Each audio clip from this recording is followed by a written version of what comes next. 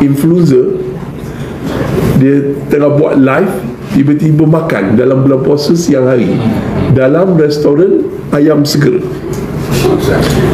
Oops, kantor.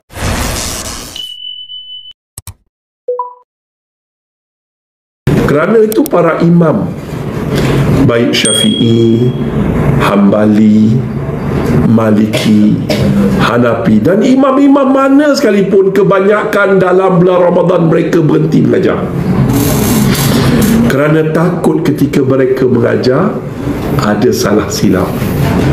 Memang tuan-tuan, kita mengajar ni kadang-kadang tengok muka anak murid terkelip. Ya Allah, dia jadi lain. Lepas tu ada anak murid yang suka provoke, tanya soalan yang provoke.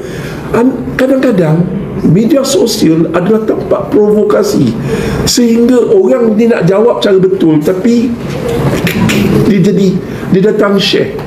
Sebab ingat, orang yang pertama masuk neraka, kalau ada dua orang berbunuh ataupun apa orang bergaduh, dia lelanya batu api. Okay, so careful, batu-batu api tempat kamu dalam api. Jadi tuan-tuan dan puan-puan, jangan main api dalam perkataan. Cakap elok, perkataan yang paling elok kalam Allah. Sebab tu mereka tidak mengajar dalam bulan Ramadan, tapi mereka membaca Al-Quran.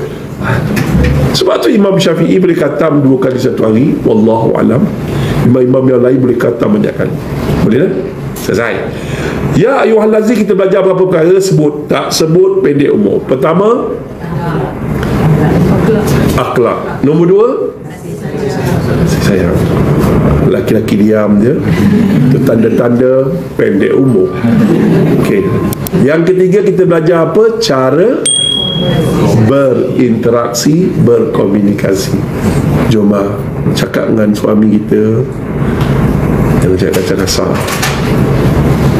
Jangan, walaupun gaji dia lebih rendah dari kita, cakap elok. Sekali kau lukakan hati suami, tempatmu neraka.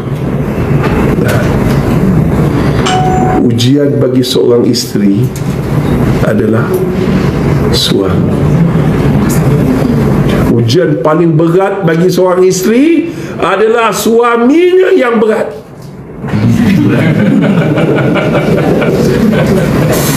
Sabar je lah. Sabar. Cakap elok bang, berat sangat pada nama. Berhentilah makan nasi ganja, cubalah makan benda yang lain. Nasi kat bangkat. Boleh? Selesai. Boleh. Yang keduanya, ya ayyuhallazina amanu, wahai orang-orang beriman. Ya Allah, beriman ni dia ada 4 level. Iman ilmu, kita tambahlah iman kita. Ilmu, dia tahu solat tu wajib tapi dia tak solat. Iman ilmu, dia tahu puasa tu wajib tapi dia tak puasa. Kan ada beberapa tahun dia lepas yang influencer, dia tengah buat live, tiba-tiba makan dalam bulan puasa siang hari dalam restoran ayam segera. Oops, kantoi. Memang I tak puasa. Dia explain pula dekat netizen, memang I tak puasa. You tahu tak sebab I tak puasa? Sebab I tak solat. I tak solat. Buat apa I puasa? Ustaz-ustaz ajar I daripada dulu, Kalau you tak solat, you buat apa baik pun, you puasa ke, dia tak dapat pahala. Okey. Jadi Ustaz ada teknik lain. Kalau boleh solatlah dan berpuasalah. Kalau tak boleh, iman kita nipis. Ada orang dia boleh puasa, dia memang tak boleh solat. Susah. Setan dia tu ada saka harimau berantai 7 keturunan, membawa 70 ekor tuyul. Susah betul dia nak puasa, nak solat. baik-baik, cakap elok, lemah lembut, overtime tak claim lebih, tak, dia ngam-ngam je overtime. 2 jam 0.2 saat dia claim ngam-ngam. Jadi apa berlaku? Allahu Akbar. Ustaz,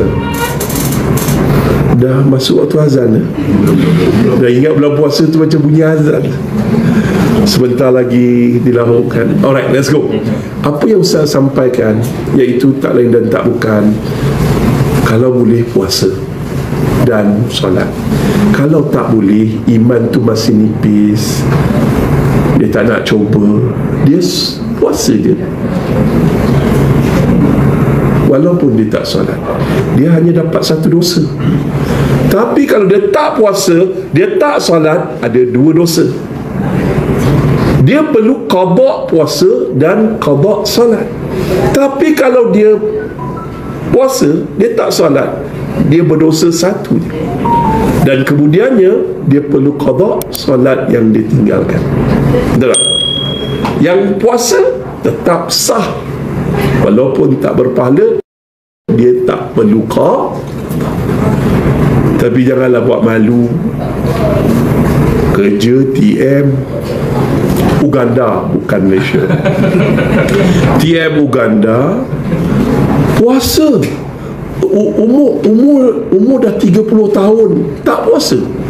Anak dia yang sekolah agama tu puasa, baru umur 8 tahun puasa. Ayah Muhammad puasa penuh tahun ni. Kawan ayah